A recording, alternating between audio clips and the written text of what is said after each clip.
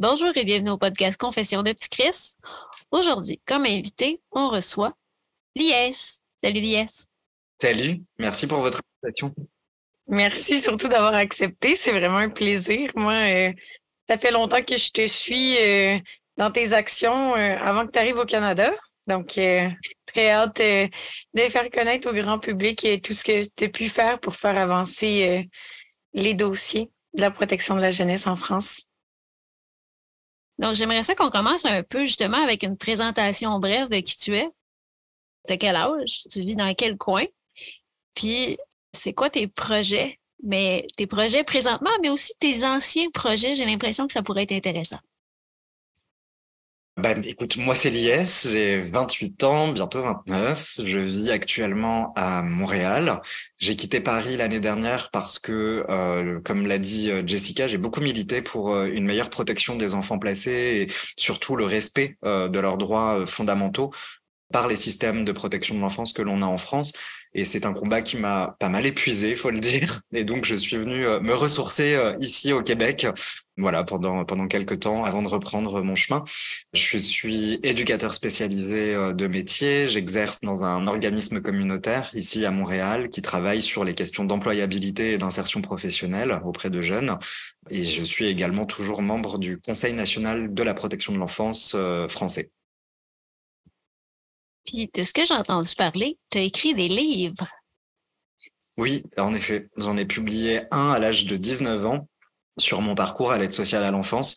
Ça a été le premier livre publié en France qui évoquait ces questions-là.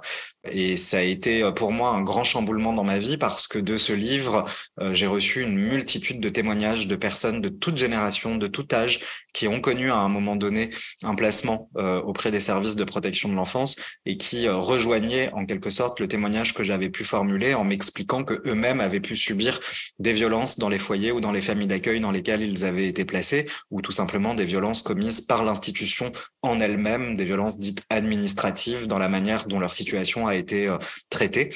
Et ça m'a voilà beaucoup bouleversé parce que quand j'avais publié ce livre, j'imaginais un peu être un cas isolé. Je me disais que ce que j'avais vécu, c'était le fruit d'un parcours assez atypique ou d'une succession de défaillances inédites. Et en l'occurrence, je me suis rendu compte après la sortie du livre que les défaillances que l'on connaît nous en France en matière de protection de l'enfance sont systémiques parce qu'elles touchent énormément de monde, elles se ressemblent et elles sont massives. Voilà.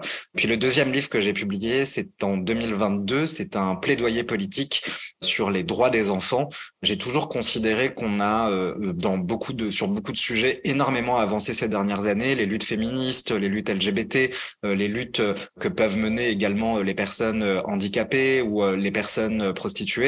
Et j'ai toujours été frustré de voir à quel point nous n'abordions jamais dans le débat public et politique la question des luttes des enfants, c'est-à-dire ce que peuvent traverser les enfants au quotidien, les atteintes à leurs droits aussi auxquels ils peuvent être confrontés, et que tout ça était complètement nié ou occulté, comme si finalement ils n'avaient aucune place dans notre société. Et j'en ai eu un petit peu marre que dans mon pays, on considère les enfants non pas comme des sujets de droit, mais comme des objets. Et j'ai voulu alerter sur les risques que peuvent entraîner l'adultisme et les rapports de domination des adultes envers les enfants. Donc j'ai voulu un peu décortiquer tout ça en me basant notamment sur l'histoire de France, ce qui avait conduit à cette situation-là et pourquoi au XXIe siècle on avait aussi peu avancé. Ça m'a interpellée quand tu as parlé du mot adultisme, mais je me demande qu'est-ce que ça signifie? Alors, pour le faire très très simple, l'adultisme, c'est la domination adulte sur les enfants. Voilà. Et c'est simplement user de son pouvoir, de ses prérogatives pour soumettre des enfants à la volonté d'un adulte. Par exemple, l'adultisme, ça peut se traduire par de petites phrases anodines du quotidien, comme range ta chambre ou va ranger le salon ou je t'enferme dans ta chambre. Voilà. L'adulte impose quelque chose à l'enfant en le contraignant, en le menaçant. Ça, c'est un rapport de domination. Mais puis, ça peut être beaucoup plus grave. Ça peut être des rapports de domination qui entraînent des violences plus sévères, de la maltraitance, des violences sexuelles, de l'humiliation, des violences physiques, etc. Disons que l'adultisme, c'est tout ce que les adultes se permettent à l'égard d'enfants, alors que ce sont des choses qu'ils ne se permettraient pas à l'égard d'autres adultes. Il ne viendrait à l'esprit d'aucun adulte d'aller mettre, par exemple, une fessée dans la rue à un autre adulte, parce que ce serait quelque chose de profondément choquant. Eh bien, l'adultisme, c'est cela. C'est des adultes qui pourraient, sans aucune gêne, sans aucun problème, sans aucune limite, sans aucune censure, se permettre de fesser un enfant en pleine rue, alors même que c'est un être humain, justement doté de droits, et notamment le droit de ne pas être violenté, le droit d'être considéré, le droit d'être écouté et surtout le droit d'être protégé. Sans dire que je vis ça à 100%, parce que c'est clair que j'ai vécu ça à 100% quand j'étais plus jeune, mais j'ai l'impression qu'il y a encore des résidus de ça dans mes relations avec ma mère, surtout, là, qui considère que quand, mettons, je vais la visiter, c'est elle qui décide de tout. Puis il n'y a pas vraiment de négociation. En tout cas, c'est difficile de négocier avec elle. Puis, tu sais, moi, je vais là la voir pour passer du temps avec elle. Puis, c'est quelqu'un qui aime beaucoup faire des tâches, s'affairer avec Ouais. des objets. Tu sais, puis elle va souvent mettre ça en priorité plutôt que de juste passer du temps relax avec moi. Elle va aider Ouais. tout le monde alentour de elle. Moi, je vais passer en dernier. Mais la société, elle a été construite comme cela. Je veux dire, les enfants, à la base, initialement dans nos sociétés, n'étaient pas considérés. Et nous, par exemple, en France, avant très longtemps, les enfants étaient assimilés à des meubles. Dans le code napoléonien, Napoléon considérait les enfants comme des objets, comme des meubles. Le seul droit aucun droit ne leur a été conféré au travers de la loi. Je veux dire. Et donc, on a grandi et toutes nos sociétés, elles ont évolué avec cette vision-là aussi des enfants. Alors, heureusement, les choses se sont améliorées. On n'est plus à l'époque de Napoléon où on considérait les enfants comme une table. Enfin, on les assimilait à des objets. Mais le fait est que, comme pour le patriarcat, on est baigné de cet héritage-là qu'il faut déconstruire impérativement pour faire des sociétés égalitaires, protectrices et émancipatrices. Et ça, c'est un long, long cheminement parce qu'on s'y prend un petit peu tardivement. Les luttes des enfants ou les luttes dites infantistes, ce qu'on pourrait mettre en parallèle avec le féminisme, eh bien, sont des luttes récentes, sont des luttes nouvelles, ce sont des luttes du XXe siècle. On pense ici, par exemple, à Janusz Korczak, qui a été le précurseur des droits des enfants dans le monde. Eh bien, c'est au moment de la Seconde Guerre mondiale que cela a réussi à éclore. Et la Convention internationale des droits de l'enfant qui en a découlé derrière. Mais vous vous rendez bien compte qu'il a quand même fallu attendre les années 80 pour qu'on décrète enfin que les enfants dans le monde avaient des droits. Voilà. Donc on est très très en retard sur tout un tas de sujets et par rapport à d'autres luttes qui, elles, ont démarré bien avant, ont une histoire, ont un héritage. Nous, la problématique de nos luttes, c'est que justement, nous n'avons toujours pas réussi, enfin, nous n'avons pas eu d'héritage ou de figures, que ce soit anciennes ou contemporaines, pour nous apporter des clés de lecture et de compréhension sur ces sujets-là. Donc tout est à construire. C'est aussi extrêmement exaltant de se lancer là-dedans, mais ça peut être aussi extrêmement fatigant parce que c'est se prendre constamment en pleine face les limites de la société, ses freins, ses blocages, ses réticences.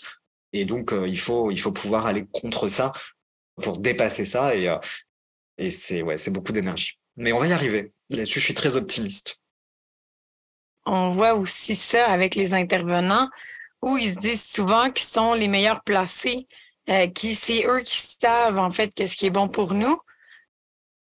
Pour rebondir, tu as tout à fait raison. Et d'ailleurs, l'un des gros enjeux pour nous en France, ça a été de se réapproprier la narration de nos propres histoires. Très souvent, les travailleurs sociaux, les professionnels de la protection de l'enfance se placent en position dominante par rapport à nous, par rapport à notre capacité, par rapport à notre expertise sur notre propre vie, se permettent souvent d'ailleurs d'aller la raconter à notre place à plein d'autres personnes ou à émettre des avis sans forcément prendre le temps préalablement d'avoir écouté. Et aujourd'hui, cette réappropriation de la narration de nos propres histoires, elle permet en tout cas à des professionnels de se remettre en question et c'est pour ça qu'il faut continuer et qu'il faut qu'on soit extrêmement nombreux à amplifier ce mouvement-là et à prendre la parole parce que c'est que comme enfin il y a que comme ça que les professionnels pourront aussi réajuster leur pratique et puis surtout il va falloir également commencer à les former aux droits des enfants, à l'effectivité des droits des enfants et à la manière dont on les met en œuvre, notamment à travers l'écoute, mais aussi à travers la participation des enfants, des premiers concernés. Les enfants, ce sont des personnes qui ne sont pas en dehors de la société, elles sont inscrites à l'intérieur de la société. Elles évoluent à côté de nous, avec nous. Et donc, à ce titre, elles doivent pouvoir exprimer ce qu'elles ressentent, leurs besoins, leurs désirs, leurs opinions, parce que les enfants ont des opinions. Voilà. Et ça, c'est encore difficile pour des adultes de le comprendre et de l'entendre. On a tendance à, quand on va écouter des enfants dans un foyer, se dire, ah, c'est quelque chose de mignon, les enfants sont sympas, mais c'est toujours minimisant par rapport à l'importance de ce que eux peuvent dire et à l'expérience qu'ils souhaitent nous transmettre. Et là-dessus, il va falloir que les adultes aussi débouchent leurs oreilles, vraiment. Moi, je pense qu'on n'est plus dans une problématique de libération de la parole. Aujourd'hui, c'est pas forcément la libération de la parole qui est demandée, parce que cette libération de la parole, elle existe, elle est réelle, elle vit. On prend la parole, on s'exprime. Les enfants s'expriment du matin au soir, ils s'expriment. Ce qu'il nous faut aujourd'hui, c'est libérer l'écoute, voilà, et notamment des adultes. Puis nous, dans le fond, au Québec, on a la DPJ, puis vous, en France, vous avez l'ASE. Comment ça a commencé, l'ASE, chez vous? Alors, l'ASE, c'est l'aide sociale à l'enfance. En effet, c'est l'équivalent de la DPJ chez vous. C'est le système, c'est l'institution qui a été créée dans les années 80 pour protéger les enfants en France, prévenir les risques de maltraitance et également accompagner les parents. L'aide sociale à l'enfance, c'est quelque chose qui succède à l'assistance publique qui a elle-même été créée après la Seconde Guerre mondiale pour récupérer tous les enfants orphelins et limiter la mortalité infantile. De l'assistance publique est née la DAS dans les années 60-70, qui a été ce que beaucoup ont qualifié d'usine à enfants, d'institution profondément maltraitante. Et l'ASE, en fait, est l'héritage de la DAS, qui elle-même est l'héritage de l'assistance publique. C'est une succession d'institutions et de systèmes qui existent, qui ont existé, qui continuent d'exister et qui malheureusement perpétuent les mêmes violences que ce que beaucoup d'enfants ont pu connaître dans les années 40 à 50. Donc, l'aide sociale à l'enfance, c'est une politique publique aussi, qui est gérée directement par les départements. Les départements en France, c'est l'équivalent des provinces ici au Canada. Alors nous, on a, contrairement à vous, beaucoup plus de départements. On en a 101. Chaque département est souverain dans la manière dont il mène la politique publique de protection de l'enfance, ce qui nous crée d'ailleurs un certain nombre de difficultés, puisque 101 départements, c'est 101 politiques publiques différentes, c'est une inégalité de protection qui est massive. Un enfant qui va naître, par exemple, à Paris, qui est la capitale, aura plus de chances de s'en sortir qu'un enfant qui va naître à Marseille et qui sera placé dans les systèmes de protection de l'enfance marseillais. Donc, en fonction de notre lieu de naissance, notre avenir dépend. Et ça, c'est justement quelque chose contre quoi on se bat aujourd'hui. Nous, on se bat pour que ce soit l'État qui récupère la politique publique d'aide sociale à l'enfance, que ce soit l'État qui est en charge de la piloter, de la gérer, pour permettre une homogénéité justement des dispositifs sur le territoire national et donc une égalité des droits et une égalité de traitement de tous les enfants. Et tu disais tout à l'heure que le système, en fait, des départements, c'est un peu comme les provinces, mais on pourrait aussi dire que c'est un peu comme les régions administratives. Au Québec, on a 17 régions administratives. Puis on le voit, nous aussi, en fait, même si on a une loi qui est nationale, elle n'est pas appliquée de la même manière selon les régions, selon les services qui sont offerts et disponibles aussi. Donc, il y a un grand manque au niveau de l'accessibilité aux services. C'est un enjeu qui est important, surtout quand arrive la transition à la vie adulte aussi de nos jeunes. Je sais que là, encore une fois, il y avait une grande distinction aussi et des grandes similarités, en fait, entre les problématiques puis en France puis au Québec. On aura l'occasion peut-être d'en parler un peu plus tard, là, peut-être dans le podcast aussi concernant la transition à la vie adulte. Mais moi, j'étais curieuse aussi de savoir, là, en fait, comment toi, ton histoire avait commencé aussi dans la protection de la jeunesse. Je te raconte ça dans 2 secondes, mais juste sur la question des départements, des provinces, des régions. Quand on dit en France, nous, que l'on souhaite que la protection de l'enfance soit une compétence de l'État, chez vous, si on devait comparer, ce serait le fédéral, c'est pas qu'une question de pragmatisme et d'efficacité. C'est aussi une question philosophique et profondément politique. C'est de considérer enfin la protection de l'enfance comme étant une compétence régalienne, au même titre que la justice, au même titre que la défense, que la sécurité, que l'éducation. C'est placer cette politique publique à un même niveau que toutes les politiques que l'on juge très importantes. Voilà. Et donc, pour nous, c'est fondamental qu'on reconnaisse la place singulière de la politique publique de protection de l'enfance comme faisant partie des compétences régaliennes de l'État et donc prise en compte de manière très importante à ce titre par l'ensemble des pouvoirs publics. Mon parcours, moi, à l'aide sociale à l'enfance, il a démarré quelques heures après ma naissance. J'ai été placé le jour de ma naissance parce que ma mère biologique a une pathologie mentale. Elle est gravement malade et donc au moment de sa grossesse, elle avait été déjà reconnue comme inapte pour s'occuper d'un enfant. Et donc j'ai été à l'âge, dès ma naissance, placé en pouponnière. Ce sont chez nous des foyers pour bébés.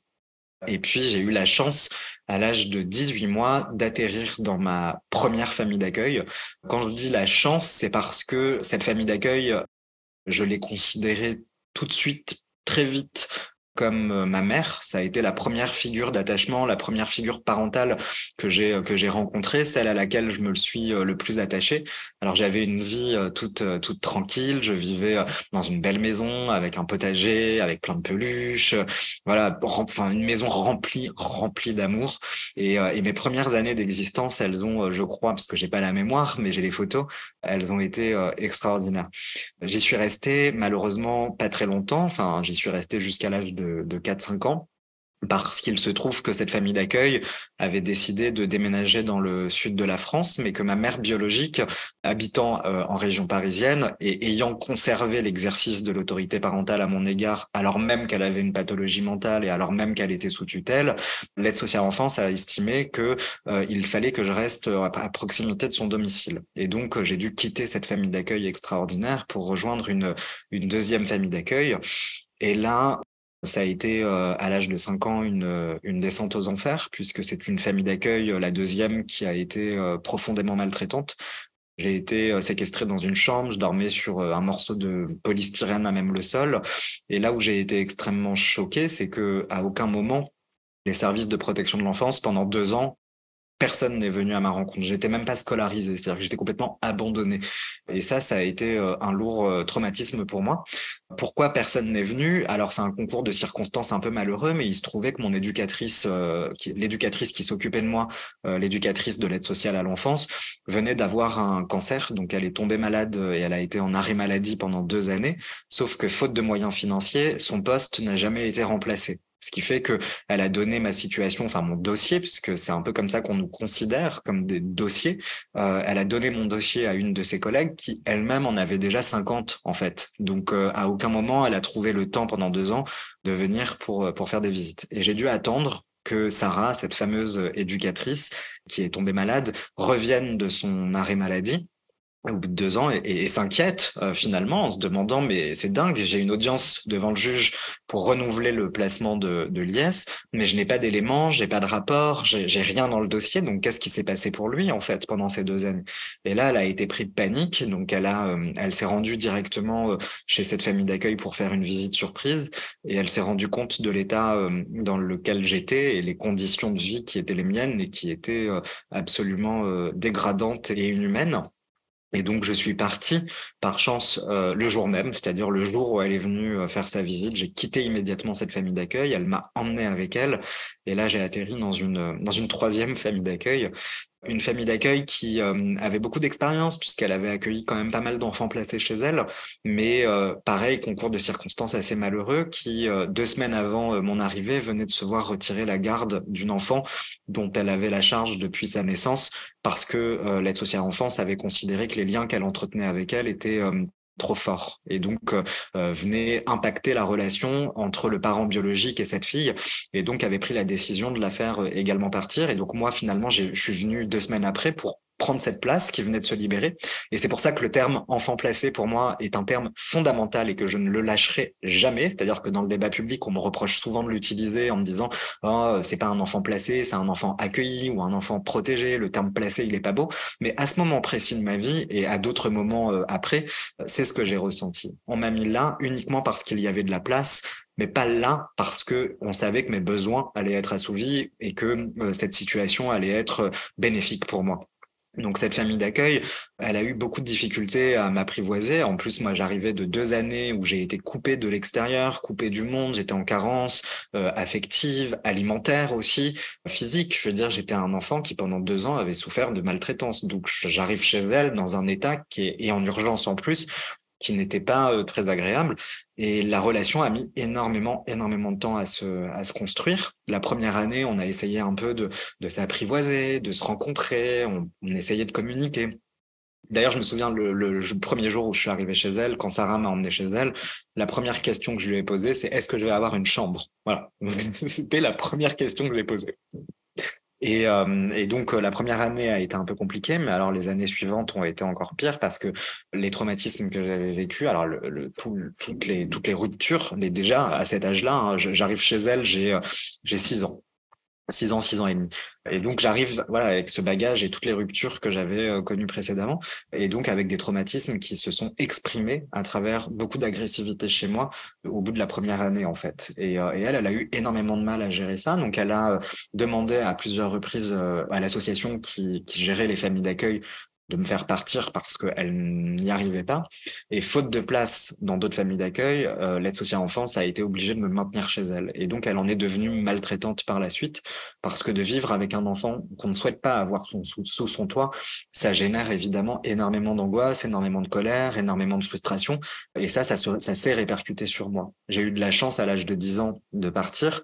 Mais là où ça a été cruel, c'est que ce n'était pas pour aller dans une famille d'accueil, mais pour aller dans un foyer. Et j'avais très peur des foyers. OK. Puis, dans le fond, de ce que je comprends, ta troisième famille d'accueil, quand elle a constaté qu'il y avait de l'agressivité, trouble de comportement, traumatisme, elle s'est pas fait offrir de l'aide là, pour être capable de dealer avec ça. Non, rien. Elle était très peu soutenue, très peu accompagnée. Vraiment, en France, les familles d'accueil sont un peu livrées à elles-mêmes et lâchées dans la nature. C'est d'ailleurs une des premières revendications qu'elles portent en ce moment même. Hein. C'est pas forcément une augmentation de leur salaire ou une amélioration, on va dire, de leurs conditions salariales. C'est vraiment de pouvoir bénéficier d'un accompagnement professionnel, thérapeutique, psychologique, ce dont elles ne bénéficient toujours pas aujourd'hui. Voilà.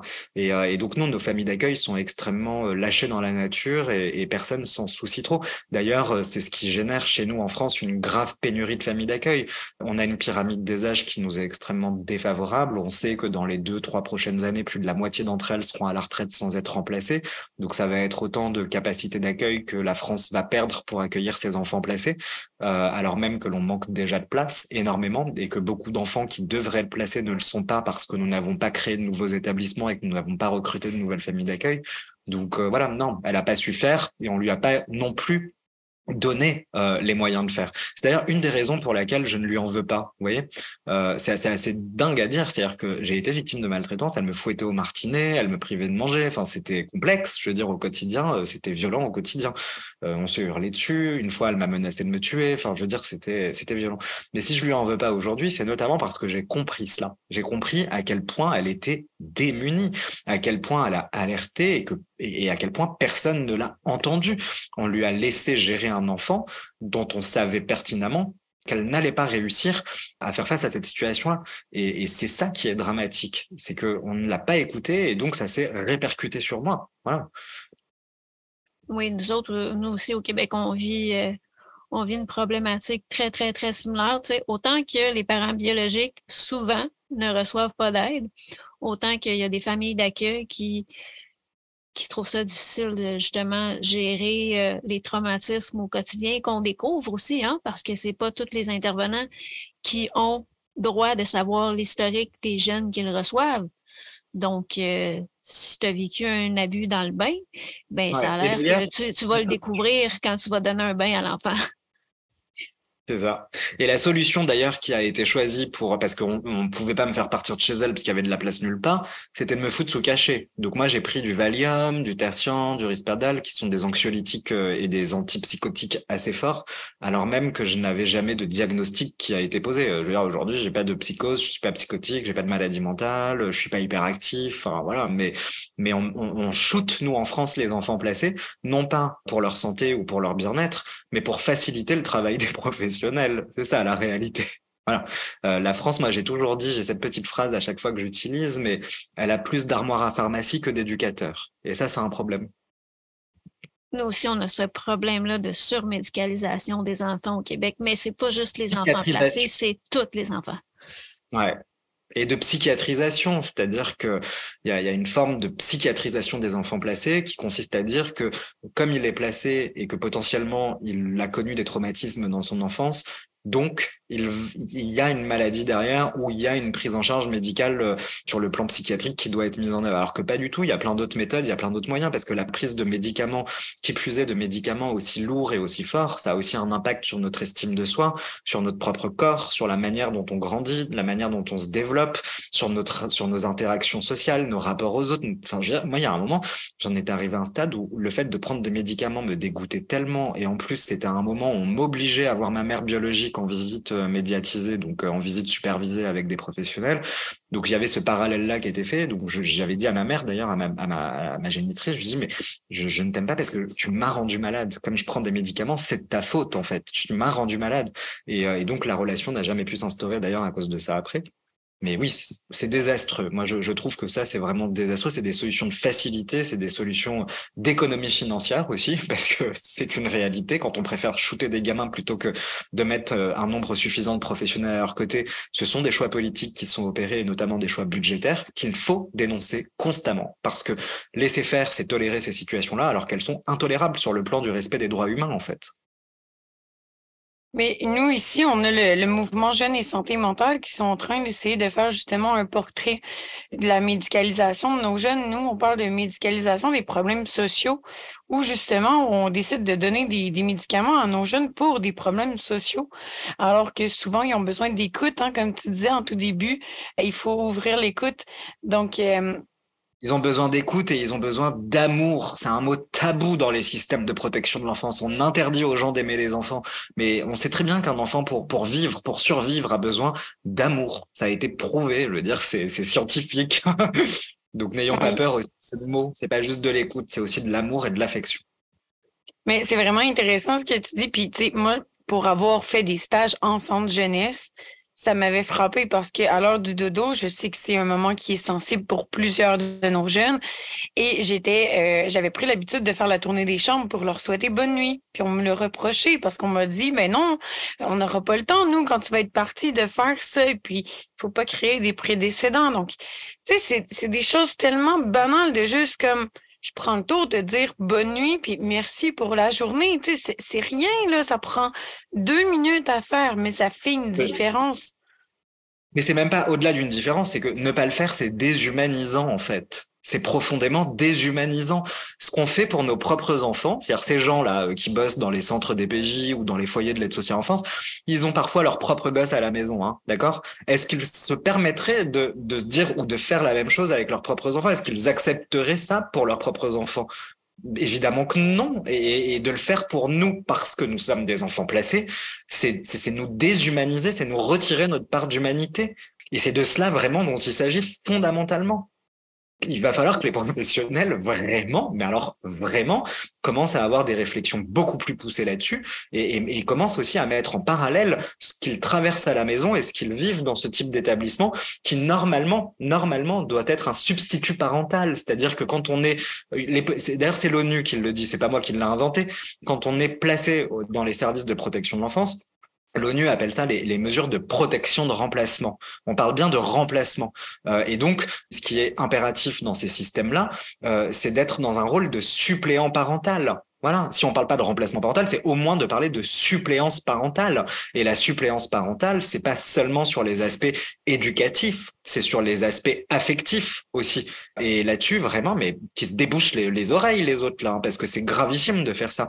De ne pas aller rassurer un enfant la nuit, alors que l'on sait tous pertinemment que ce sont des moments qui sont angoissants pour nous. On n'a pas envie de lâcher prise au moment de s'endormir, on n'a pas envie d'être vulnérable, on n'a pas envie...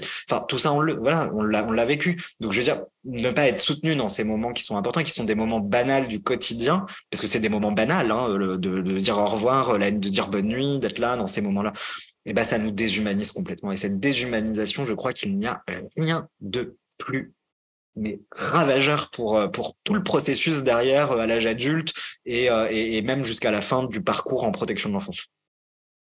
Une des autres choses aussi qu'on se rend compte, c'est qu'on a tendance à juger beaucoup les comportements, puis pas à pas prendre le temps de vraiment bien comprendre les besoins qui sont sous ces comportements-là.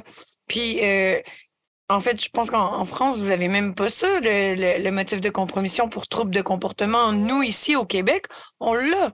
Donc, un jeune qui, par exemple, a des idées suicidaires, que les parents ne sont pas capables ne savent pas quoi faire, va l'emmener, exemple, en psychiatrie pour obtenir des services, et à la place, on va l'envoyer au centre de réadaptation et en isolement. Donc, c'est des incohérences où on va souvent aggraver le cas de cet enfant-là en l'envoyant là-bas, en lui offrant pas l'aide et l'écoute, le soutien psychologique et affectif dont ce jeune-là a besoin. C'est toujours le Mais message au-delà qu'on lance aux gens, c'est d'arrêter de juger les comportements, hein, puis de voir les besoins. Et puis au-delà des incohérences, il s'agit là de maltraitance. Enfin, pour le coup, je veux dire, c'est de la maltraitance. C'est pas juste de l'incohérence. Si ce serait de l'incohérence, à la limite, on pourrait rationaliser le truc en disant bon, alors là, non, et essayer de faire comprendre aux gens que non, c'est pas très, voilà. Mais là, c'est de la maltraitance en fait. Tu mentionnais tantôt être arrivé au foyer de groupe. Ouais. Comment ça s'est passé? Alors moi, ça a été extrêmement compliqué parce que déjà quand j'étais dans la famille d'accueil juste avant d'arriver au foyer, souvent elle me menaçait en me disant si tu te tiens pas sage, etc., tu iras au foyer et donc tu verras au foyer c'est pas comme ici. Donc elle me faisait très peur sur ce qu'était un foyer. Et le jour où j'arrive au foyer, donc à l'âge de 10 ans, j'ai été frappé déjà le premier jour, déjà par le nombre d'enfants. C'est un foyer dans lequel j'ai vécu qui accueillait 40 enfants répartis sur 2 étages, un étage pour les filles, un étage pour les garçons, sur des tranches d'âge qui étaient complètement disparates. Il y avait des enfants de 3 à 18 ans, donc avec des rapports de domination entre pairs qui étaient extrêmement présents, avec de la violence au quotidien. Mais moi, ce qui m'a le plus choqué, ça a été ça. Ça a été la violence entre pairs, entre jeunes, entre enfants. La première nuit où je suis arrivé au foyer, et c'était un peu la tradition dans ce foyer-là, le bizutage, on m'a pissé dessus. 4 jeunes sont venus et la première nuit, donc j'étais sur mon matelas et se sont amusés à me faire pipi dessus. Donc si tu veux, le ton était donné en fait dès le premier jour. Je savais que j'allais risquer ma peau en fait en restant là. Et le problème, c'est que moi j'étais un enfant qui a été assez mal dans ma peau parce que j'avais justement pris beaucoup de médicaments, donc j'étais bouffi, j'étais un peu en surpoids. En plus, j'étais un enfant très efféminé, donc je faisais des grands gestes. Voilà, et ça a été extrêmement mal supporté par mes camarades de foyer. Donc j'ai été un peu très vite le bouc émissaire. Et la première année, c'était énormément de violence à tous les stades et à tous les moments en fait du quotidien, en sachant surtout que tous les enfants du foyer étaient scolarisés dans le même établissement scolaire, ce qui faisait qu'il n'y avait pas de coupure. Donc, on se voyait au foyer, mais on se voyait aussi à l'école tous les jours. Donc, on vivait littéralement ensemble 24 heures sur 24, 7 jours sur 7. Et évidemment, les rapports de domination s'exerçaient aussi à l'extérieur du foyer. Donc, c'est, quand je parle de rapports de domination, des jeunes qui ont 14-15 ans. Moi, je me souviens de scènes de plus jeunes que moi qui étaient contraints de manger leur caca ou qui étaient alignés en rangée et le jeu était de savoir qui allait tenir le plus longtemps sous les coups debout. Donc, on donnait des gros coups dans le visage, dans le corps, pour savoir qui allait résister au coup le plus longtemps. Donc, c'était beaucoup de sadisme aussi. Et particulièrement, ce qui m'a, moi, blessé, traumatisé, ça a été les violences sexuelles qui ont été extrêmement présentes. Moi, j'ai été violé par un jeune placé dans ce foyer qui avait 17 ans et demi, qui allait avoir 18 ans. J'en avais 10. Ça a duré pendant 1 an. Et les professionnels, les travailleurs sociaux qui étaient présents dans cet établissement se rendaient bien compte que c'était des choses qui se produisaient parce qu'il y avait des gamins qui étaient violés constamment, des petits, des moins petits, mais en tout cas, les violences sexuelles étaient monnaie courante ou des filles qui allaient faire des fellations en échange d'une cigarette. Et donc, la première année, ce qui moi, à la fin de cette première année, ce qui a changé chez moi, c'est que j'avais décidé, en fait, j'en étais très vite arrivé au constat que c'était soit je montrais les dents à mon tour, soit je me suicidais. J'avais pas honnêtement d'autres échappatoires, donc je me suis dit bah à mon tour, quitte à mourir sous les coups, je préfère les donner. Et donc, je me suis un peu transformé en quelque sorte en étant finalement devenu moi aussi violent avec les autres pour essayer de me protéger moi-même. Et cela a été extrêmement complexe. On parle de la violence entre pairs, mais la violence des professionnels, elle existait également et souvent sur des jeux sadiques. Moi, je me souviens que quand on faisait un peu trop de bruit le soir dans nos chambres, il y avait cette punition de la chaise qui consistait à nous faire asseoir dos contre un mur en position chaise, mais sans chaise, avec un dictionnaire sur la tête, une balle de ping-pong. Si la balle de ping-pong tombait, on se faisait balayer au sol, défoncer la gueule. Et parfois même, certains éducateurs passaient avec une petite clé en fer, nous cognaient dans le genou pour essayer de nous faire tomber, pour nous frapper plus rapidement. Et ça, par exemple, les violences que les professionnels pouvaient exercer à notre égard ont conduit à des drames irréparables. Moi, j'ai une amie, Cindy, que j'ai retrouvée pendue au barreau de son lit, donc qui s'est donné la mort dans ce foyer-là. Et donc, c'est aussi pour ça qu'après cette première année, moi, j'ai dit, voilà, je suis le prochain, ou à mon tour, je vais devenir comme eux, en fait. Je vais être obligé de les mimer, de les calquer pour survivre à mon tour. Puis il n'y a pas eu de recours collectif parce que ça Il n'a y a eu aucun aucune... sens là, de laisser ça aller. Là, c'est... Il n'y a rien eu, c'est des choses qui. Mais en France, il y a très peu de. Il y a très peu. Enfin, ces situations-là sont quasiment jamais judiciarisées. Hein. C'est toujours un peu mis sous le tapis, on n'en parle pas. Comme les enfants eux-mêmes ne portent pas plainte, parce qu'il faut quand même avoir la capacité. Déjà, il faut savoir qu'on peut le faire, il faut avoir la capacité de se rendre dans un commissariat, seul en étant mineur. Je veux dire, c'est des choses qui sont impossibles. C'est trop de barrières pour un enfant pour faire valoir ses droits. Et les professionnels, en général, gardent le silence, ne disent pas ce genre de choses. Alors, tu comprends, Cindy, elle s'est suicidée parce que Cindy, elle a eu un parcours de vie quand même un petit peu compliqué. Et puis, chez sa mère, ça allait pas bien. Donc, elle allait pas bien elle-même. Donc, c'est pour ça. Alors que non. On sait tous pourquoi Cindy s'est suicidée. Cindy, elle s'est suicidée parce que des éducateurs sadiques l'ont maltraitée et des jeunes l'ont violée. Voilà, c'est ça la réalité. Et comme ces établissements ne sont jamais contrôlés, nous en France, je vais vous dire, hein, ne serait-ce qu'en matière budgétaire, hein, rien que sur les contrôles financiers, la Cour des comptes, qui est l'organisme suprême qui vise à vérifier que les fonds publics soient correctement utilisés, la Cour des comptes indiquait que les établissements de la protection de l'enfance étaient contrôlés sur l'aspect budgétaire uniquement, hein, donc le nerf de la guerre, seulement une fois tous les 26 ans. Voilà.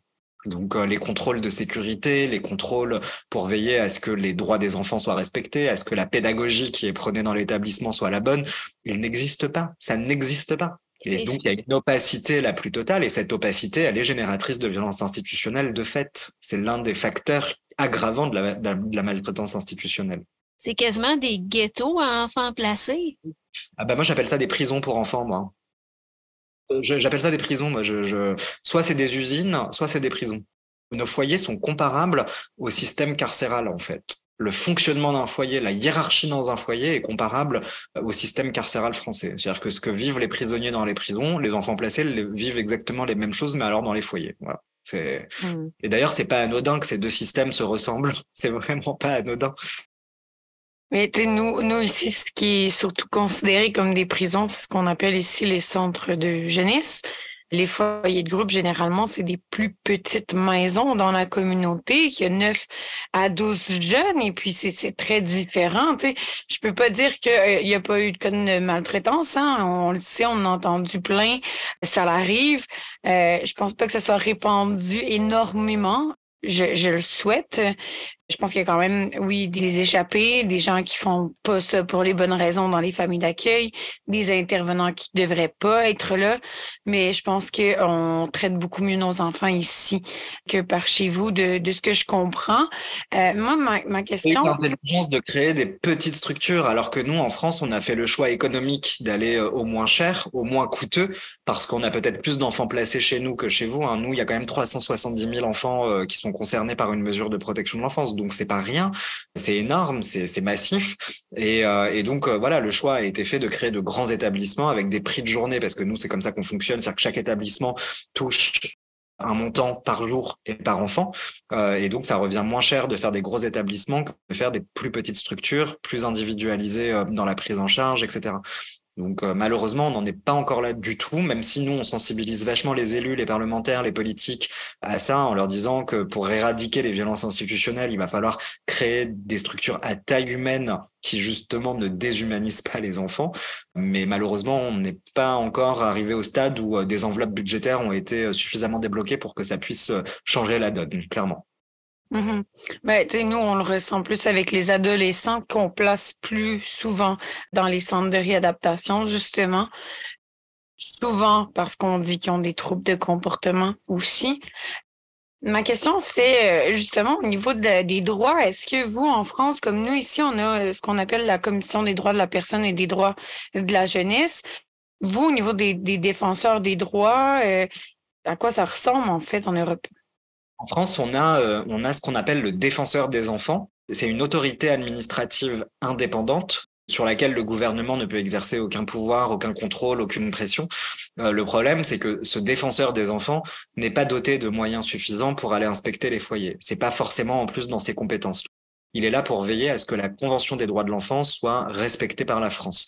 Mais après, nous, en tout cas, ce qu'on demande, et ça fait partie des revendications qu'on porte depuis maintenant 10 ans, c'est qu'il y ait enfin une autorité administrative indépendante en charge de contrôler les établissements. C'est pas le rôle du défenseur des enfants, malheureusement, donc on voudrait que ce soit créé. On a ce qu'on appelle en France le contrôleur général des lieux de privation et de liberté. On appelle à la création d'un contrôleur général des lieux de placement. Voilà, pour faire ce travail-là, justement, et qu'il y a un programme annuel ou pluriannuel de contrôle inopiné. Et ça, malheureusement, c'est pas encore le cas. Mais on demande aussi également parce que les meilleurs moyens de lutter contre la maltraitance institutionnelle, c'est ce que je disais, c'est de briser l'opacité. Et donc, pour briser l'opacité, il faut faire revenir la société civile au contact des enfants et leur ouvrir les portes, finalement, du monde de dehors. Et donc, ce qu'on souhaite, nous, c'est que chaque enfant placé, quel que soit son âge, quelle que soit sa maturité, puisse bénéficier de droits, de l'assistance d'un avocat, par exemple.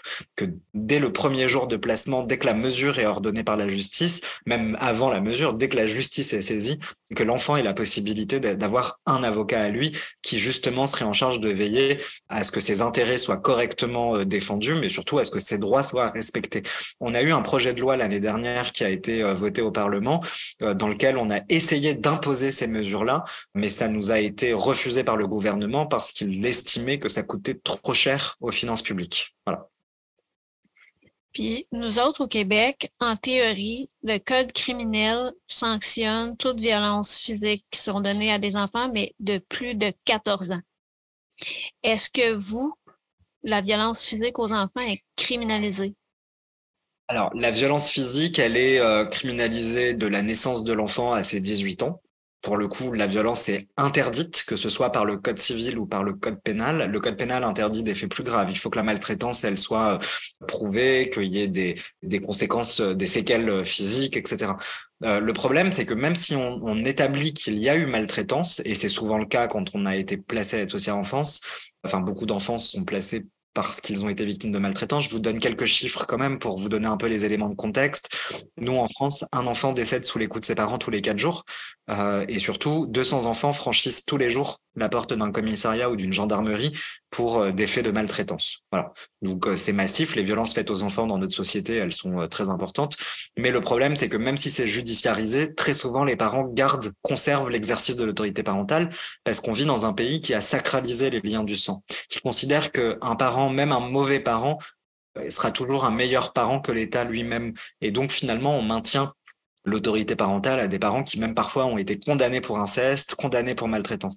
Là, pas plus tard que la semaine dernière, 2 jeunes filles, 2 fillettes ont été violées au parloir d'une prison par leur père, alors même qu'il avait été déjà condamné pour inceste. Vous vous rendez compte?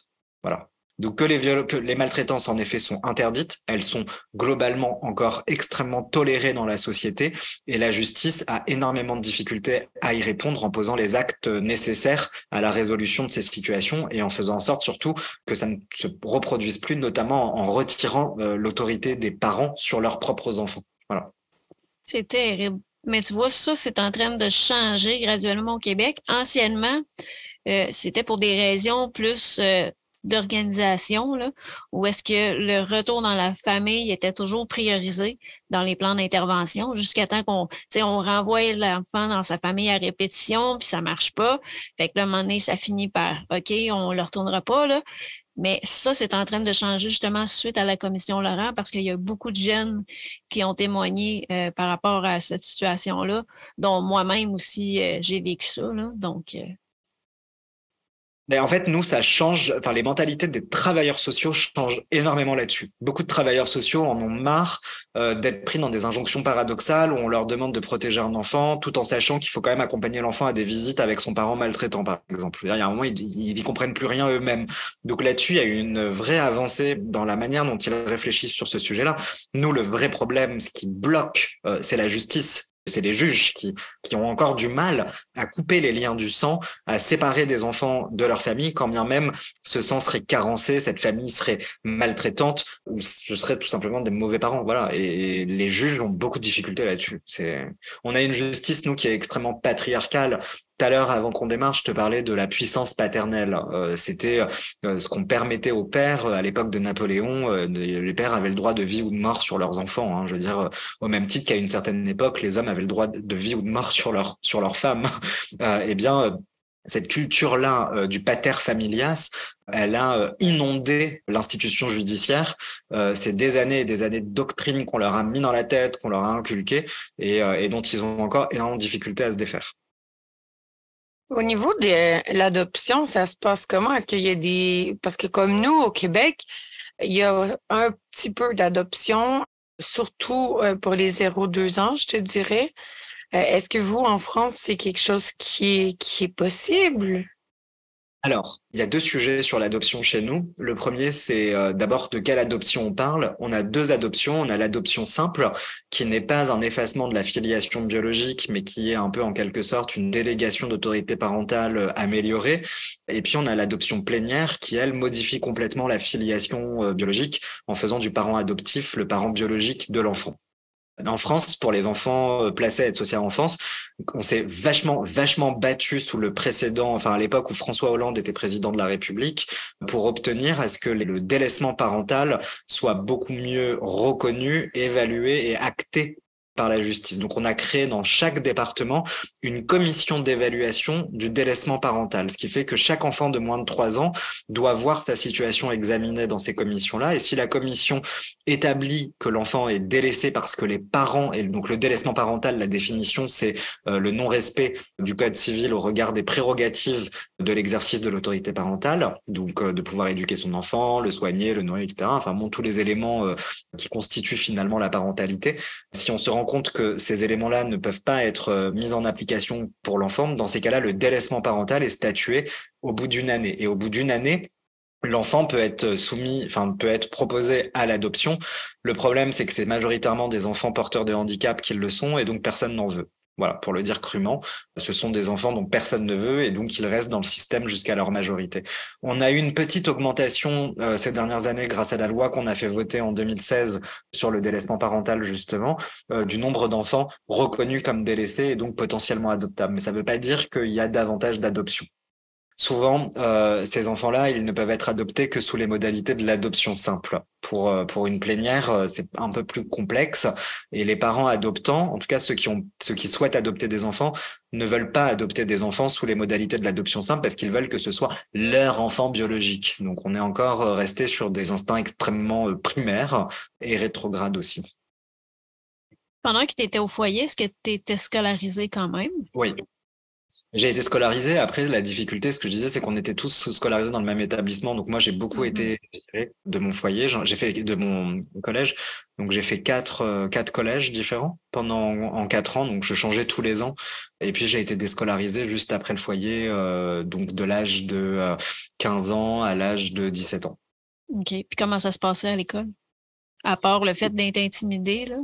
Extrêmement mal, hein, extrêmement mal, parce que moi, je souffrais énormément, j'avais beaucoup de colère en moi, donc forcément, c'est des choses qui ont des répercussions aussi au niveau scolaire. Et le problème, si vous voulez, c'est que moi, j'ai grandi avec un mépris des adultes. Voilà, j'ai toujours, depuis petit, cet instinct-là je sais pas, de survie en tout cas, mais m'a toujours fait détester les adultes. J'ai toujours trouvé les adultes. Je les ai toujours méprisés par ce qu'ils pouvaient représenter, et donc les profs également. Voilà. Donc j'ai jamais été un bon élève, j'ai jamais aimé les adultes, j'ai jamais aimé l'école, voilà. C'est représentatif aussi de la masse. C'est-à-dire que nous, en France, 70% des enfants placés à l'aide sociale à l'enfance sortent du système sans aucun diplôme. Le taux de décrochage scolaire, de déscolarisation est 5 fois plus élevé pour les enfants placés que pour la population générale. Et puis, comment garder une scolarité, on va dire, normale quand on est confronté à des changements de lieu de placement récurrents? Je veux dire, changer de lieu de placement, c'est changer de ville, c'est changer d'école, c'est changer d'amis, c'est devoir se réadapter systématiquement. Et arriver à un moment, quand on est placé comme moi pendant 18 ans, eh bien, on n'a plus envie de faire ces efforts d'adaptation aux autres. Et donc, on envoie tout chier. Voilà. Et moi, j'ai clairement tout envoyé chier. Puis c'est dommage parce que la scolarité, c'est une des choses qui accroît la mobilité sociale puis qui, à long terme, peut te permettre de sortir de la pauvreté puis de faire une vie décente, tu sais. Fait que dans le fond, c'est Le problème, quasiment c'est comme si on nous privait de ça, là. Ouais, et puis tu sais, l'autre problématique, c'est l'ambition que les professionnels portent à notre égard. Moi, j'entends souvent des professionnels dire, c'est un enfant placé, il va pas faire d'études, ou alors on va le mettre dans une branche professionnelle, etc.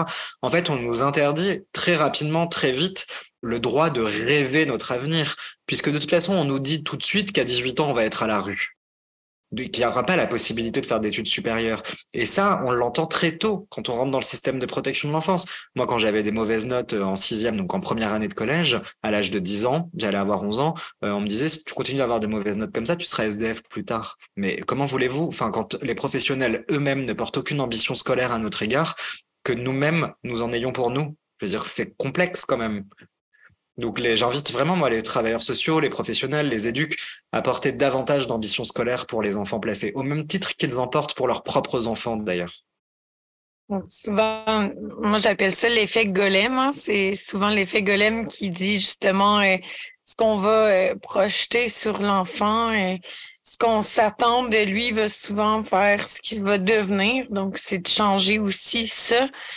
Mais tu sais, c'est clair que quand que les enfants, puis statistiquement, on le voit dans les résultats de recherche, aussitôt que les enfants ils se sentent soutenus et encouragés, ils persévèrent, ils poursuivent leurs études. Mais toi, tu as fini par raccrocher à l'école. Ouais. J'ai foutu tellement le bordel au foyer que j'ai eu la chance à l'âge de 14 ans d'en partir. J'ai été placé dans ce qu'on appelle un foyer de rupture. Je vous passe les détails parce que ce serait trop long, mais un foyer de rupture, c'est un foyer qui est là pour permettre, alors ça c'est la version officielle, hein, pour permettre à l'enfant d'être isolé un temps du reste de la société et donc de prendre le temps de réfléchir à son propre parcours, à son avenir. Voilà, donc c'est une forme de, moi je l'ai vécu vraiment comme une punition. J'ai été dans une ferme perdue au milieu de nulle part pendant un an. Et d'ailleurs, j'en suis très vite parti parce que j'ai menacé au couteau le fermier qui s'occupait de moi parce que j'avais compris une chose quand même assez rapidement, c'est que pour partir vite d'un endroit, il fallait pas attendre que la décision vienne des travailleurs sociaux, il fallait provoquer la rupture. Donc moi, ce que j'ai fait quand je me sentais pas bien dans un endroit, c'était de pousser à bout les adultes pour qu'enfin ils cèdent et qu'ils me laissent partir. Voilà. Et donc, quand je suis parti de chez ce fermier, j'ai eu une chance extraordinaire dans ma vie, c'est d'atterrir dans une dernière famille d'accueil qui, elle, m'a beaucoup compris, soutenu. D'ailleurs, le premier jour où je suis arrivé chez elle, la première question qu'elle m'a posée, et c'est pas une question anodine, c'est bah alors qu'est-ce que tu fais là? Pourquoi tu es là? Et de laisser, et c'était la première fois de ma vie qu'on me demandait ça, hein. C'est la première fois de ma vie à l'âge de 16 ans que quelqu'un, un adulte, me demandait ce que je comprenais de mon placement, pourquoi j'étais arrivé dans cette situation, pourquoi j'étais là, et donc me laisser m'exprimer. Et ça a instauré une relation de confiance très rapidement entre elle et moi. Et cette relation de confiance m'a permis de reprendre une scolarité. Elle m'a mis des gros coups de pied au cul pour que je retourne à l'école. Elle savait que l'école c'était pas trop mon truc, donc elle m'a envoyé dans une formation professionnelle donc de cuisine. J'ai fait une année de cuisine, une année de service en salle, et moi ça a été une expérience extraordinaire parce que j'ai compris que j'étais capable de quelque chose. Alors c'était pas des métiers que j'avais envie de faire, mais en tout cas grâce à elle, grâce à son amour, grâce à son soutien, grâce à son écoute et grâce à ce que je disais tout à l'heure, à l'ambition qu'elle portait pour moi, j'ai réussi par la suite à m'en sortir. Et d'ailleurs, je suis resté chez elle jusqu'à l'âge de 18 ans. Ça a été la seule personne qui m'a dit, tu es ici chez toi, que je sois payé ou non, c'est ta maison en fait. Et donc moi, j'ai vécu ma transition justement à l'âge adulte peut-être plus sereinement que pour d'autres enfants. que pour d'autres jeunes, parce que je savais que j'avais ce filet de sécurité et que les liens étaient suffisamment forts avec elle pour que je ne me retrouve pas à la rue si jamais un jour j'étais dans la merde. Donc je suis resté et c'est comme ça que j'ai repris mes études. Après, je me suis bagarré pour aller plus loin. J'ai fait ce qu'on appelle une équivalence du bac parce que j'avais pas été au lycée et je me suis arrêté très tôt dans mon parcours scolaire. Donc j'ai repris des cours du soir. J'ai réussi à obtenir l'équivalence de mon bac. Après, je me suis inscrit en licence de droit. Après, j'ai fait une formation d'éducateur spécialisé. Et d'ailleurs, là, depuis que je suis au Québec, je me projette encore dans les études. Donc je pense que je vais les reprendre en rentrant en France. Voilà. Et que ça a été vraiment salvateur, cette rencontre-là avec elle.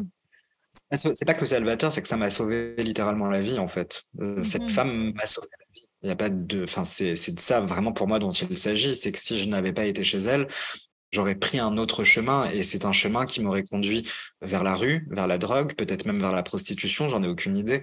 Voilà, et elle est arrivée à ce moment charnière où finalement j'étais confronté au fait de devoir faire un choix, qui je veux être à cet âge-là et qui je veux être plus tard. Et si je n'étais pas tombé sur elle, j'aurais probablement fait les mauvais choix.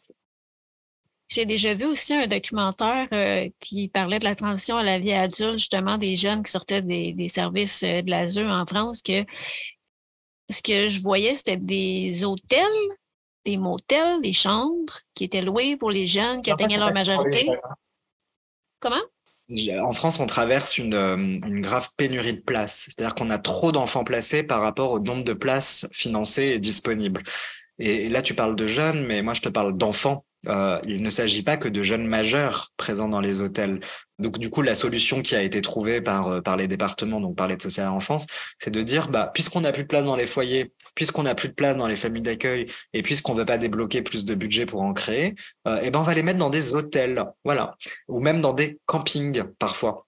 Et donc, c'est des gamins. Moi, la plus jeune que j'ai vue dans un hôtel, c'est une gamine de 8 ans, autiste, livrée à elle-même quand même, qui avait 2 tickets restaurants pour aller manger le midi au kebab en bas de l'hôtel. Voilà, donc au fast-food en bas de l'hôtel. Et ça, malheureusement, c'est des situations qui conduisent à des drames.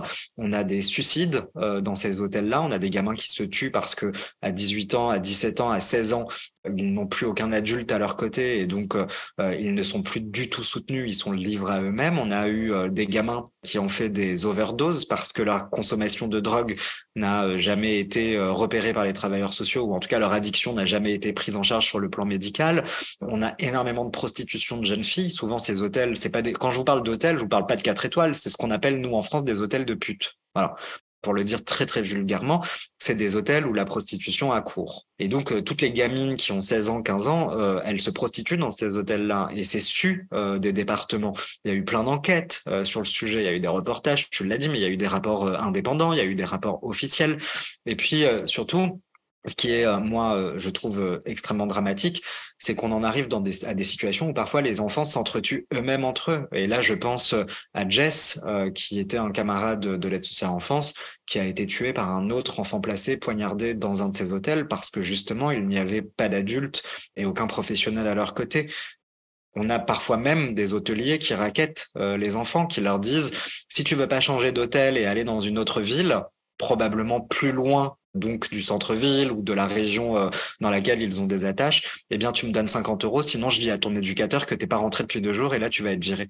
Donc on a du racket aussi qui s'exerce de la part d'hôteliers sur ces enfants-là. Donc c'est des enfants que la puissance publique a littéralement abandonnés, qui doivent survivre au quotidien sans les armes nécessaires et sans les outils et sans les moyens financiers qui vont avec. Donc c'est de la ouais, c'est ça, c'est de la survie les hôtels. Et c'est profondément c'est un monde brutal, violent, antinomique avec la mission de protection qui est celle de l'aide sociale à l'enfance.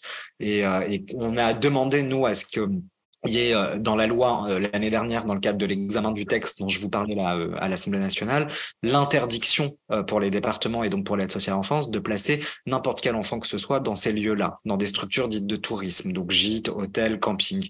Eh bien, ça nous a été refusé par le Parlement. Voilà, parce qu'il n'y a pas de place. Donc, si on interdit les hôtels, on les met où tous les enfants en danger?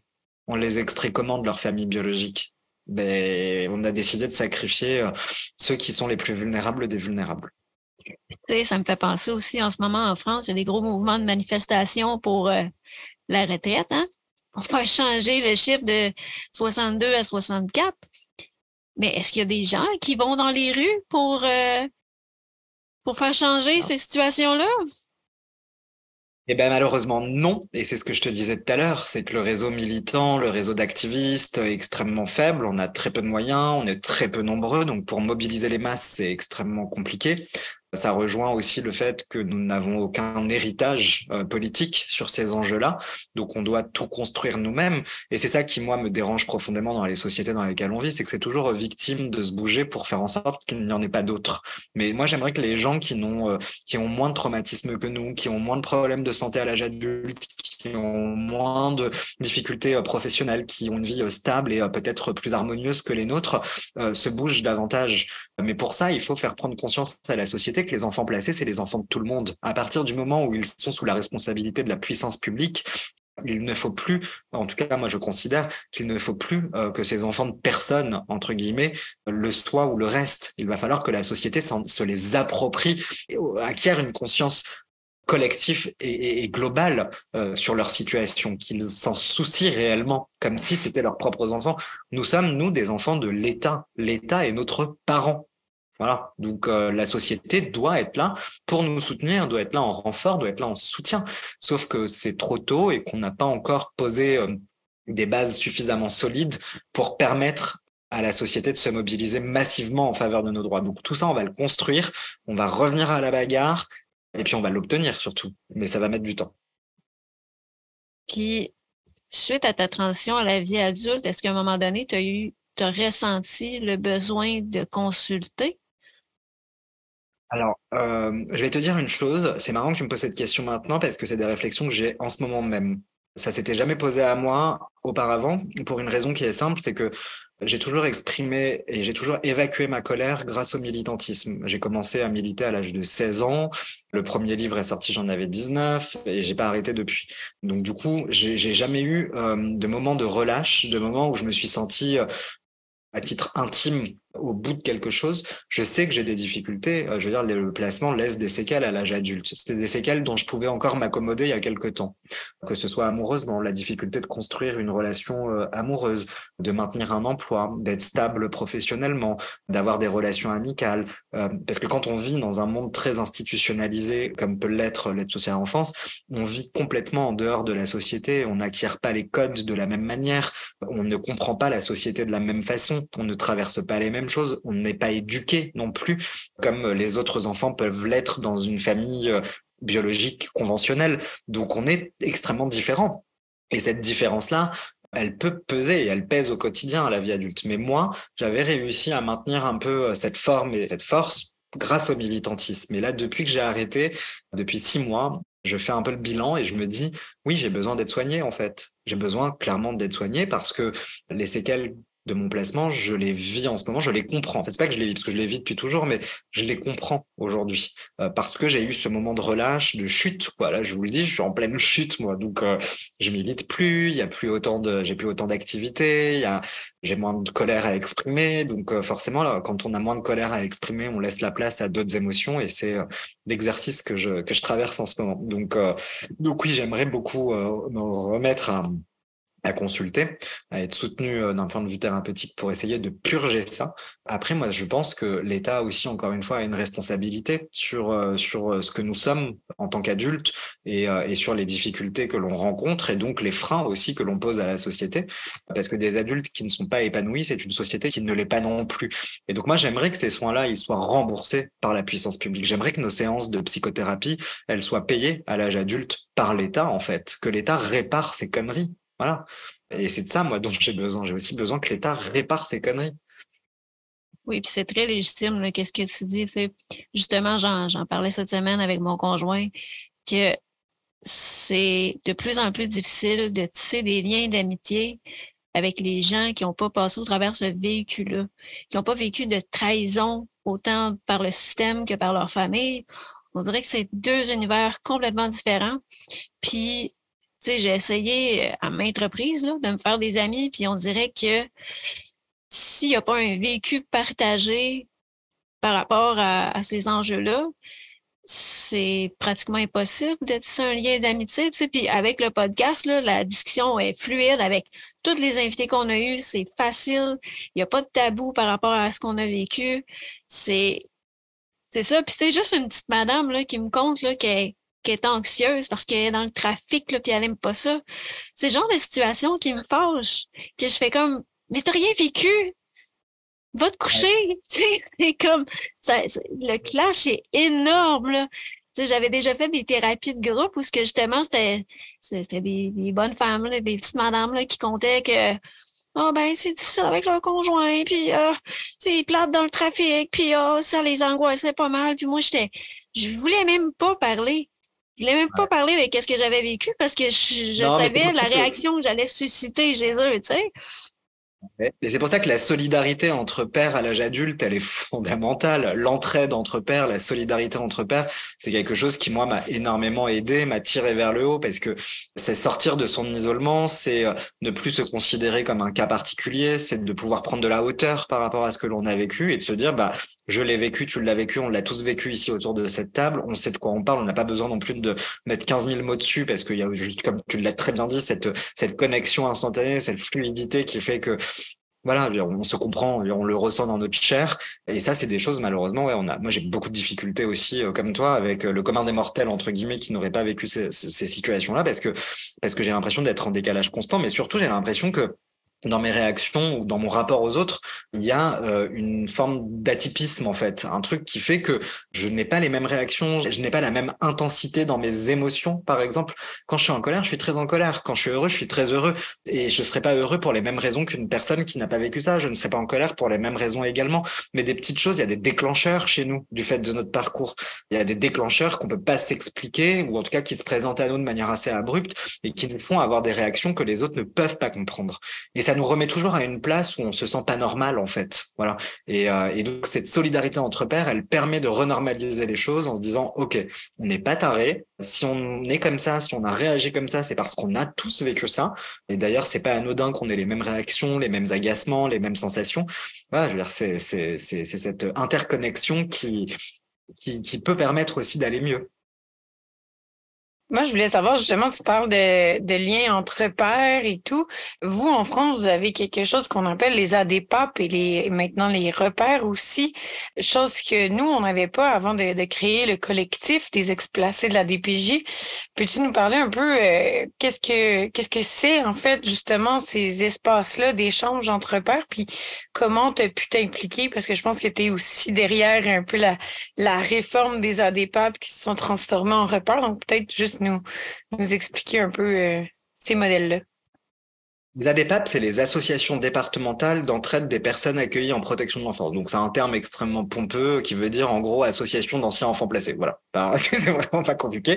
Et repères, c'est un peu la déclinaison de ces ADPAP, mais c'est la déclinaison du 21e siècle. Parce que les ADPAP, elles ont été créées juste après la Seconde Guerre mondiale, et elles avaient surtout comme objectif de permettre aux pupilles de la nation, donc aux enfants qui n'avaient plus de parents du fait de la guerre, d'être soutenus d'un point de vue scolaire, d'un point de vue social, d'un point de vue financier, etc., par ces associations-là.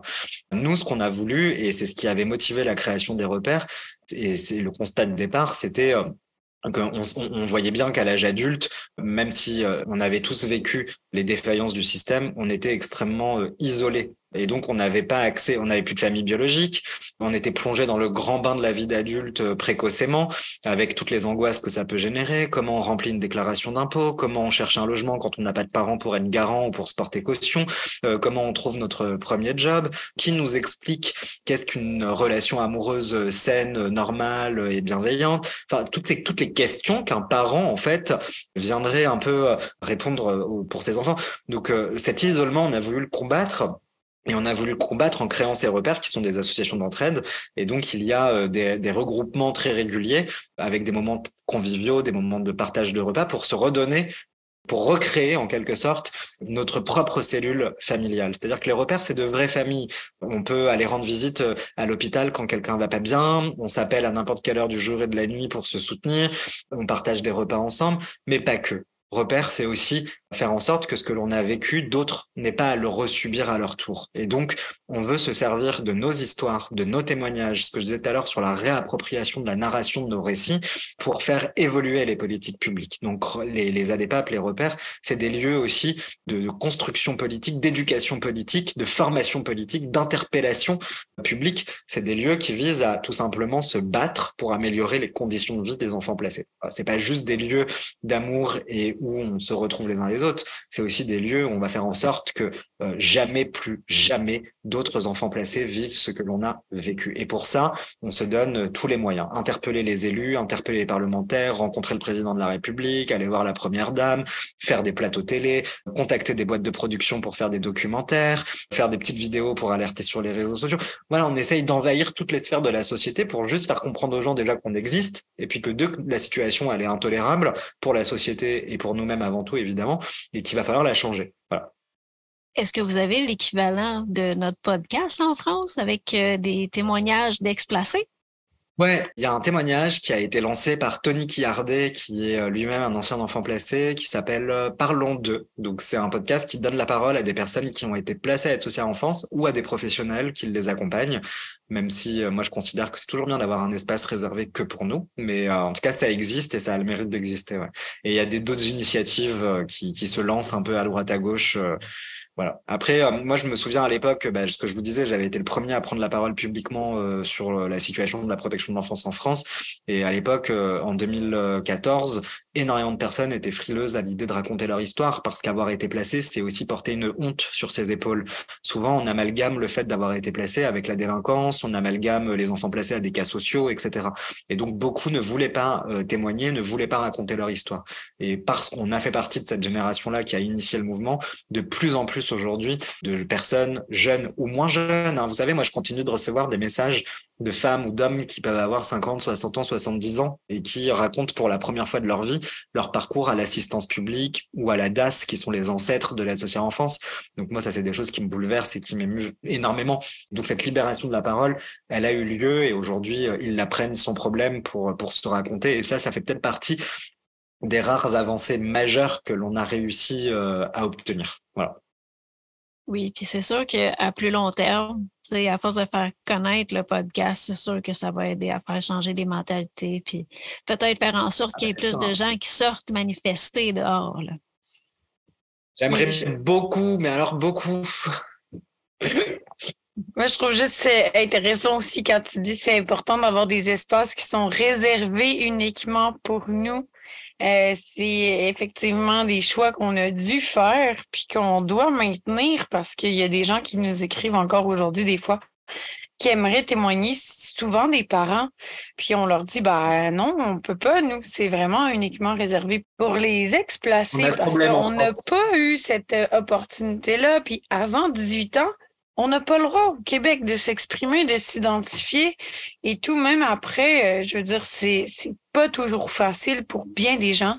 C'est vraiment important, puis on espère qu'on va pouvoir poursuivre l'expérience parce qu'on trouve ça vraiment important. Mais vraiment, tu disais qu'en France, vous avez ça aussi comme problème? Ouais, nous, beaucoup de parents d'enfants placés veulent monopoliser nos espaces.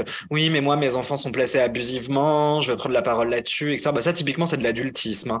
Traiter des questions de protection de l'enfance, mais alors sans jamais parler des enfants. Voilà. Et les parents, souvent, ils parlent que d'eux, en fait. Quand on les entend, quand on les écoute, souvent, ils parlent que d'eux, ils parlent rarement de leurs gosses. Ils parlent de leur souffrance à eux, mais ils parlent pas vraiment de la souffrance de leurs enfants. Et ça, moi, c'est quelque chose qui m'agace énormément, profondément même. Moi, personnellement, j'aurais quasiment peur qu'à un moment donné, ils disent quelque chose, puis que ça me trigue, puis que ça me mette là d'une colère énorme, puis que ça dérape, là, tu sais. Nous, on a fait une soirée, c'était la première fois qu'on organisait une soirée militante ouverte au public. Donc, on a fait venir des personnalités, des stars, des parlementaires, des ministres. Et donc, c'était dans une grande salle assez prestigieuse à Paris. Et donc, toute la soirée se succédait au perchoir des personnes qui ont été placées sur l'enfance pour raconter leur histoire. Il n'y avait que des enfants placés à la tribune pour parler. Personne d'autre. Aucun travailleur social, aucun parent, vraiment, genre que nous. Et ben, devinez qui sont venus bordéliser notre soirée? Les parents d'enfants placés, qui voulaient parler de leur souffrance, de leur malheur, de la tristesse d'avoir été séparés de leur enfant, etc. Bah, j'ai pété un plomb. J'ai pris le micro ce jour-là, parce qu'en plus, il y en avait certains qui tenaient des propos archi violents, archi déplacés, en disant, je me souviens de Gabriel qui a été violé très jeune, à l'âge de 6 ans, 2 fois, et qui a eu un AVC après, quelques mois plus tard, donc qui porte un handicap visible. On a une dame qui lui dit si t'es handicapé, c'est certainement pas parce que t'as été violé, c'est parce que t'es une pute comme toutes les jeunes filles de l'ASE. Je suis monté, j'ai pris le micro, j'ai dit ferme ta gueule. Donc devant les ministres. Mais bon, j'en pouvais plus, j'ai pété mon plomb, donc je me suis retrouvé mis dans une position où j'ai littéralement pété un câble. Mais alors pété un câble. Oh, j'aurais fait pareil. J'aurais fait pareil, c'est clair. Puis, pendant tout ton parcours, c'est quoi les valeurs qui t'ont guidé? C'est difficile à dire. Je sais pas si on m'a inculqué des valeurs dans mon parcours en protection de l'enfance. En tout cas, pas avant que j'ai rencontré ma dernière famille d'accueil. Donc, j'ai pas vraiment eu de.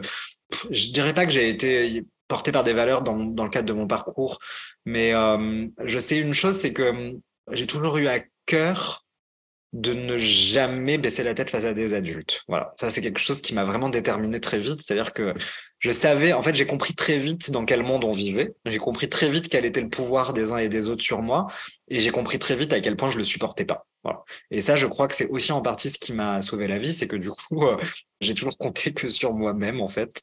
Je dis pas que c'est un exemple à suivre et je dis pas que c'est ce qu'il faut faire, mais en tout cas, moi, c'est un peu comme ça que je l'ai vécu. J'aurais aimé qu'on m'inculque plus de valeurs, j'aurais aimé qu'on me transmette plus de choses, mais ça n'a pas été le cas. Donc, moi, j'ai surtout l'impression que toute ma construction s'est faite sur un banc de sable, que j'ai dû tâtonner, expérimenter, essayer, échouer, réussir parfois, et que je me suis un peu auto-inculqué les choses. Voilà. Et ça, bah, ça a des avantages parce que ça te forge, mais ça a aussi beaucoup d'inconvénients parce que du coup, on a un apprentissage beaucoup plus rude de la vie et beaucoup plus difficile. Ben, moi, en fait, mes valeurs, je les ai choisies à travers mon parcours académique. Je les ai découvertes à travers mon parcours académique, puis je les ai choisies par la suite. Mais c'est ça, c'est vraiment l'école, puis le cheminement aussi psychothérapeutique un peu que j'ai fait qui m'a permis de cerner qu'est-ce qui était vraiment important pour moi. Puis, fait que, tu sais, est-ce que toi, tu as vécu ça, côté académique? Non, pas non plus du côté académique, parce que moi, ma formation d'éducateur spécialisé, je l'ai pas très bien vécue. Quand je l'ai démarré, j'avais déjà sorti le premier livre, donc tout le monde savait qui j'étais quand j'ai intégré l'école. J'avais déjà fait de la télé, j'avais fait pas mal de trucs. Donc du coup, il y avait ce regard sur moi qui était un peu négatif. Enfin, le regard posé sur moi était un peu négatif. C'était le militant Lies Loufoque qui critique les éducateurs, mais qui lui-même est en formation d'éducateur. Donc j'avais un peu le cul entre deux chaises. Donc j'ai pas forcément, j'ai pas retenu. Enfin, j'ai retenu beaucoup de choses de ma formation, mais je dirais pas que ça a été quelque chose de positif réellement. Ça a été plutôt difficile à vivre. J'ai voulu aller jusqu'au bout aussi pour moi, surtout en me disant j'ai envie de faire ce métier et peu importe ce que eux pensent, moi je sais que je suis capable de bien le faire, donc je vais quand même aller au bout de la démarche. Mais je dirais que ce qui m'a peut-être ah non, mais je dirais surtout que les valeurs qui pour moi ont été importantes, ou en tout cas ce qu'on m'a apporté dans la vie, ça a surtout été grâce à mes potes, à mes amis de galère, en fait, dans les moments les plus difficiles. Par exemple, la loyauté amicale est quelque chose qui pour moi est fondamental. C'est une ligne rouge, c'est un principe de vie. Voilà. Et c'est dans ces moments-là de galère avec les personnes, bah, avec mes pères, justement, à traîner dans les rues, voilà, à faire n'importe quoi, où j'ai senti que j'apprenais des choses, finalement. Puis est-ce que c'est quelque chose de fréquent qu'un jeune qui sort de l'ASE s'en aille éducateur spécialisé ou c'est plutôt rare? C'est tabou parce que beaucoup comme moi qui le disent sont stigmatisés dans les écoles d'éduc. On est des sous-éducateurs spécialisés, hein, tu comprends, t'as pas la bonne distance, toi-même t'as été placé, ce que tu dis c'est pas le professionnel qui parle, mais c'est l'ancien enfant placé qui s'exprime. Faut que tu travailles sur toi, faut que tu prennes du recul et gna. Donc il y en a énormément des personnes qui ont été placées à étudier en France qui souhaitent devenir éducateurs ou qui deviennent éducateurs mais qui ne le disent pas. Voilà. On est très nombreux à ne pas le dire. Donc moi, je l'ai découvert en formation. Dans ma promo, je me suis pris plein de critiques. Et un jour, une fois, une personne est venue me voir parce que j'étais en terrasse à un bar en train de picoler. Et elle s'est assise parce que je lui ai proposé de s'asseoir. Et là, on a commencé à parler un peu plus intimement. Et c'est là où elle m'a révélé, parce que c'était un peu une révélation, qu'elle-même avait eu un parcours en protection de l'enfance. Mais pendant 2 ans, elle s'était tue. Elle me l'a dit qu'en 3e année, par exemple. Donc voilà. Et ça, c'est pareil, ce que je disais tout à l'heure, c'est sur les professionnels. Il faut vraiment qu'ils débouchent leurs oreilles. Il va falloir aussi qu'ils se mettent à nous entendre un peu plus et qu'ils arrêtent de nous stigmatiser parce que même quand on est passé de l'autre côté de la barrière, ça continue. Moi, j'ai été amené à bosser dans un service de protection de l'enfance où j'avais des réflexions de mes collègues sur des avis professionnels que je pouvais formuler qui me renvoyaient systématiquement que c'était pas le professionnel qui parlait, mais l'enfant placé. Là, bah non, j'ai un avis et mon avis est un avis professionnel en fait. Et il faut que vous l'entendez. Vous pouvez ne pas être d'accord, mais c'est pas la peine de me rabaisser ou de me nier mes compétences et particulièrement mes compétences professionnelles en fait. Puis en fait, moi, personnellement, je trouve que le savoir expérientiel qu'on peut tirer d'un placement, c'est complémentaire au savoir académique. Donc, c'est quelque chose de plus qu'on a que eux n'ont pas. Puis c'est peut-être pour ça qu'inconsciemment, ils cherchent à nous rabaisser, parce qu'ils se sentent insécures. Après, vous êtes plus en avance ici que nous en France sur cette question-là. Vous avez vraiment des travailleurs pairs. La paire aidance ici, c'est quand même quelque chose qui s'est professionnalisé. Vous avez des budgets pour recruter des pères aidants, etc. Nous, les professionnels ne veulent pas entendre parler de ça. C'est-à-dire qu'ils veulent pas. La paire aidance, c'est tabou. Ça, c'est en protection de l'enfance encore plus. Dans le monde du handicap, c'est pareil, mais chez nous, c'est dramatique. Au contraire, c'est mal vu. Mais je vais me permettre là, ici d'emmener des petites nuances parce que, tu sais, c'est pas encore développé la paraidance en protection de la jeunesse ici. Donc, ce qu'on retrouve davantage en paraidance au Québec, c'est surtout au niveau de la toxicomanie, le travail de rue. Je te dirais qu'il y a beaucoup de travailleurs de rue qui sont aussi des personnes qui ont un savoir expérientiel au niveau de la toxicomanie ou de l'itinérance, par exemple. Sinon, ce qu'on va retrouver aussi, c'est en santé mentale. Là, on va retrouver beaucoup de paraidants en santé mentale. Puis, moi, je fais la distinction aussi entre les pères aidants qui offrent un soutien direct à un père, qui est plus au niveau de l'intervention, mais on peut voir aussi l'autre figure qui est plus le patient expert ou le patient partenaire aussi, dont Maggie est aussi maintenant une formatrice de patients partenaires. Mais c'est des gens qui, justement, possèdent des savoirs expérientiels, mais qui les utilisent, en fait, au niveau de la formation, au niveau de la recherche, au niveau de la consultation auprès d'autres professionnels. Donc, ce n'est pas uniquement une question d'intervention auprès d'un père. Donc, ce qui est difficile, c'est que la peur aidante s'est rendu comme un fourre-tout. Puis on utilise différents termes pour parler un peu de la même chose. Fait qu'en France, moi, de ce que j'ai compris, parce que je fais des études sur ce sujet-là, on parle de médiateur santé-père, par exemple. Ça, c'est quelque chose Dans qui le est monde de la répandu en santé mentale. Dans le monde de la santé, mais alors dans le monde social, pas du tout, hein. C'est vraiment pas Exact. répandu. D'ailleurs, c'est marrant parce que toi, tu parles de savoir expérientiel et moi, j'ai toujours mis un point d'honneur à parler d'expertise expérientielle. Parce que souvent, on nous délégitime, ou en tout cas, on considère que notre expertise a moins de valeur que l'expertise d'un travailleur social, d'un sociologue, d'un juriste, d'un psy, etc. Alors que notre expertise, elle vaut autant. C'est pas juste des savoirs, c'est vraiment on est expert de ces sujets. On est des experts à la fois de notre propre vie, mais on est aussi expert du système dans lequel on a évolué. Donc, de ses tenants, de ses aboutissants, de ce qu'il provoque, de ce qui, voilà, donc c'est, moi, je parle vraiment d'expertise expérientielle. Et j'y tiens parce que je veux qu'on ait cette place d'expert. Je veux qu'on nous reconnaisse ce rôle-là d'expert. Pas juste de porteur de savoir, tu vois. Pour moi, c'est hyper important, ça. Ben, en Et on fait, se c'est bat. pour ça qu'on nous appelle des patients experts là, à ce niveau-là. Mais tu sais, on est des patients experts qui détiennent des savoirs expérientiels. Tu sais. Mais il y Ouais. a quand même le expert, patient partenaire.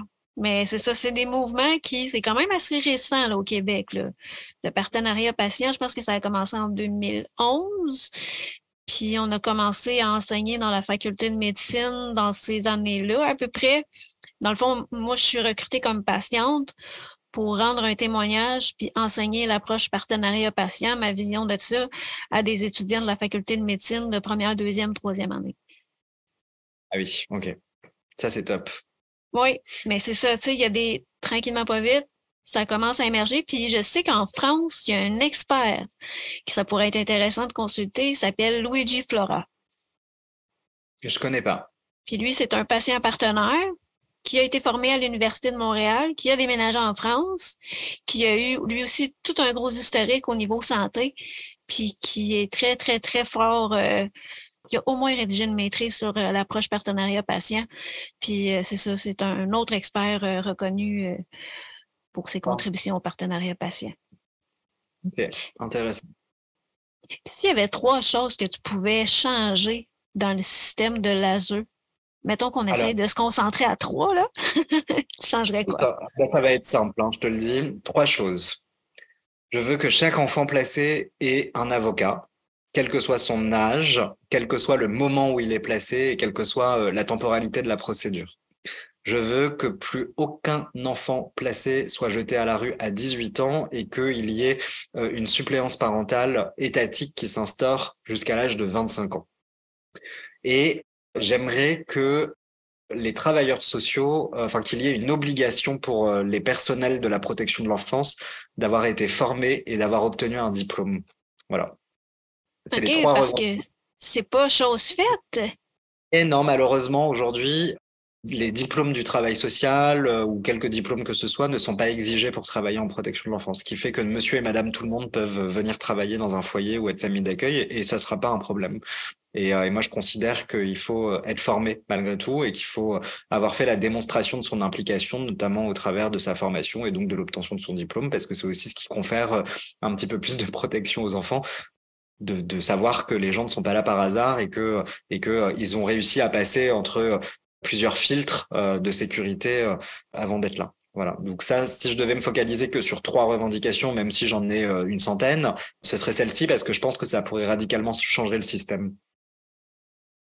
Je vais juste faire une mini parenthèse. Tu sais, ici, ce qu'on se rend compte à cause qu'il y a une pénurie de personnel, c'est qu'on accepte des gens avant même qu'ils aient terminé leur diplôme. Donc, ben, on peut se consoler en se disant qu'heureusement, ils sont étudiants dans le domaine, mais quand même, il y a des questions à se poser sur justement les spécialisations que ces gens-là ont, parce que souvent, ils sont issus de différents domaines aussi, de différentes disciplines.